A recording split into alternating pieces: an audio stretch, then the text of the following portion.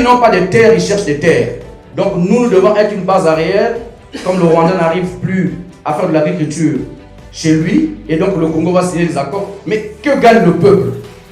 Et quand vous signez des accords de coopération foncière, le foncier c'est la terre. Le Rwanda, quel est leur domaine de compétence en termes d'agriculture?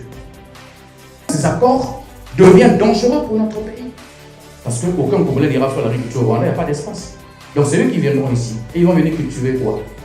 Ils vont venir cultiver le pignon. Et pour terminer, on nous parle du risque. Ça tue les sols. Moi, je suis géologue. Ces exemples d'accords augurent que c'est une escroquerie politique montée de toutes pièces et qui vise sans doute d'autres avantages qui ne sont pas les avantages des Congolais, encore moins du pays.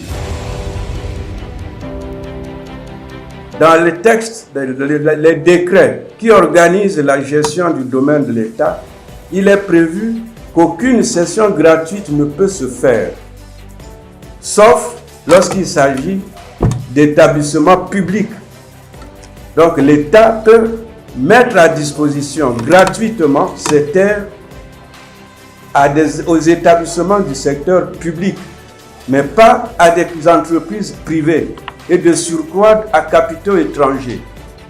C'est un bradage des ressources naturelles, nationales. Les accords ont été signés pour les premiers en novembre 2021. Les seconds en avril 2022. Vous trouvez que jusqu'à présent, ne sont pas encore présentés au Parlement. Et comme Destin l'a dit, c'est pratiquement maintenant qu'on dit non, il y a quelque chose qui ne va pas. Qui du Rwanda et du Congo ment?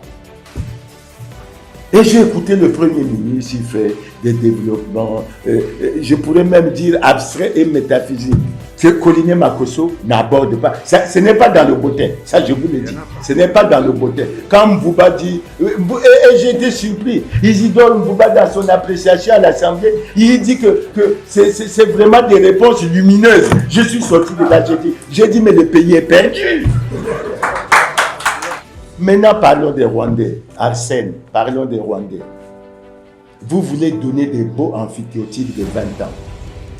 Quand le Rwandais va s'installer là, vous voyez ce qui se passe en RDC. Et vous croyez que 20 ans après, vous allez lui dire, plie tes bagages, va? Ce n'est plus du tout possible.